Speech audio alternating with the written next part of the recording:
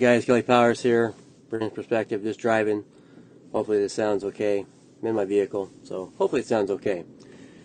I just got done talking for probably a good half hour with a few different Jehovah's Witnesses, a couple guys and a lady, both mature, older people, probably in their 70s, 80s.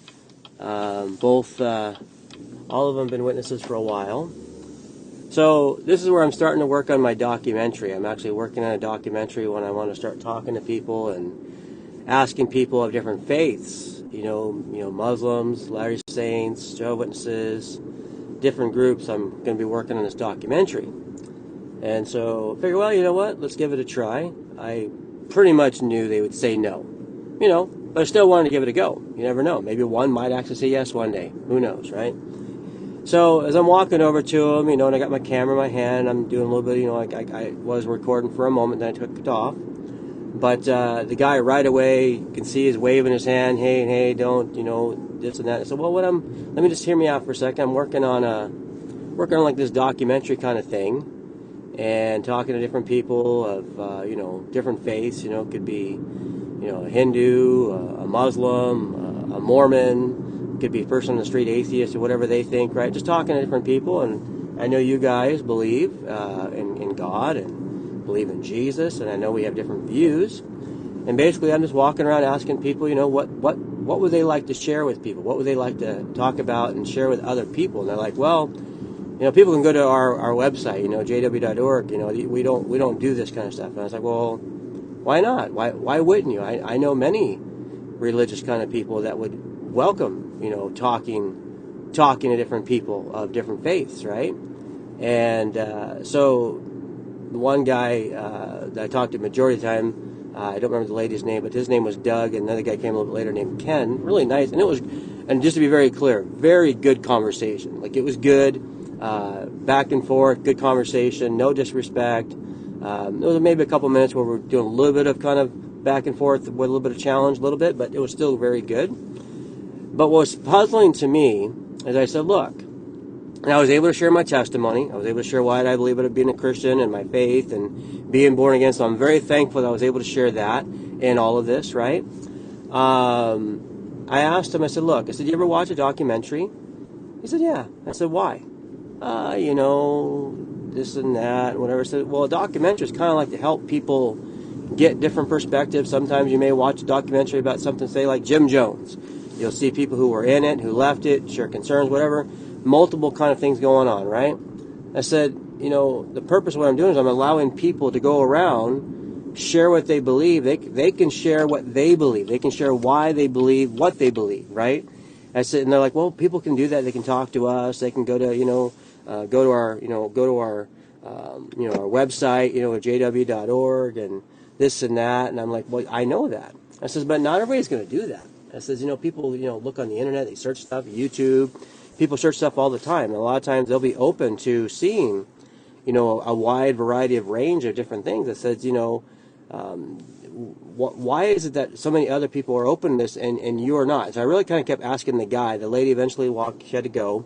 And then he was there for me and this other guy by myself for at least 10, 15 minutes before another guy showed up. And the guy was very adamant, like he just didn't want to do it. I kept saying, but why? Why wouldn't you want to do this? And I eventually asked the question when his other friend showed up. I said, is there something in your religious beliefs, I was transparent. I let them know I know a little bit about Jehovah's Witnesses, organization stuff and whatever, right? I was being transparent. I told them I talked to different people of different faiths. And so I didn't want to act like I didn't know anything. And I said, is there anything in the organization, anything of your religious faith that says you can't do this? Now, they said no. Now, maybe there is. Maybe if you're a former witness out there and you're listening right now, maybe let me know. Is there actually something that they actually have on their website or an article or something that's doctrinal teaching that says they cannot publicly talk to people and like do interviews or thing like that publicly? Let me know if any of you guys are out there listening, okay? I'd like to know that because that's something I don't know if there's an actual reference of that or not, okay? But I kept asking and said, and we kept going back and forth about, he just kept having like, I just, don't want to do it, this and that, except, but the don't want to do it wasn't satisfactory. I was like, why? He wouldn't give me a real why. There was no real why.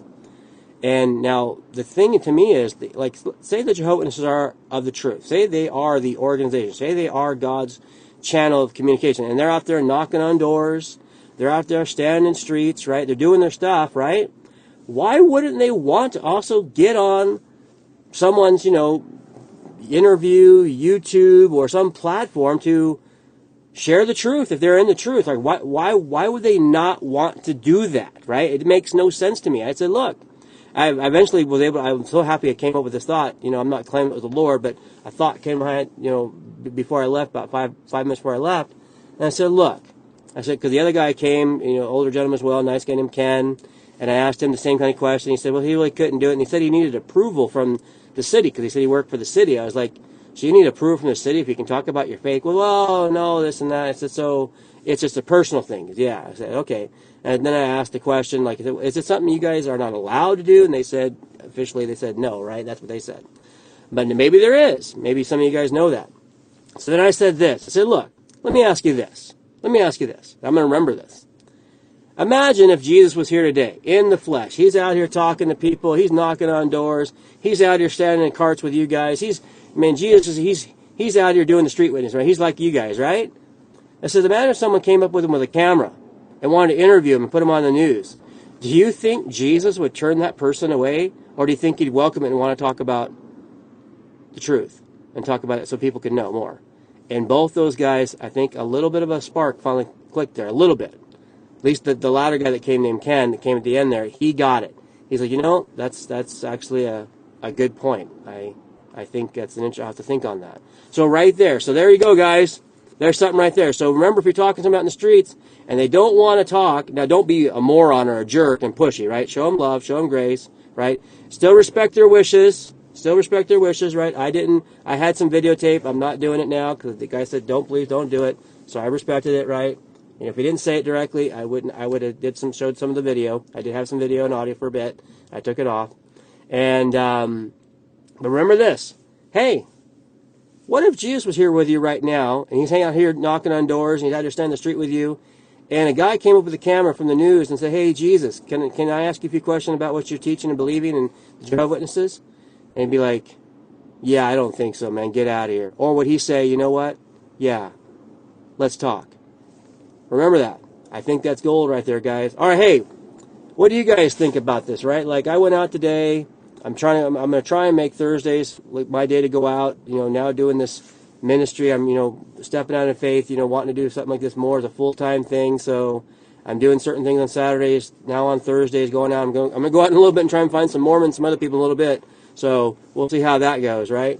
But what do you guys think about that? Going out and talking to people, and especially witnesses. If you're a former witness, what was the fear for you? If you can remember, or if maybe you don't, what would you think it is? What's the fear? Why is it that Jehovah's Witnesses have been so indoctrinated with this fear or control that they can't publicly talk to people, like in an interview or a conversation to which it could be shared with other people publicly? Why is that? What do you guys think? All right? I hope this video blessed you, encouraged you. This is Kelly Powers, your online missionary and local missionary where I currently live. Thank you for your support. Thank you for your encouragement. Pray for this ministry if you can help and support in any way. Appreciate that so much. Lord bless you, and go share the good news of Jesus Christ with people around you. Amen? Talk to you later.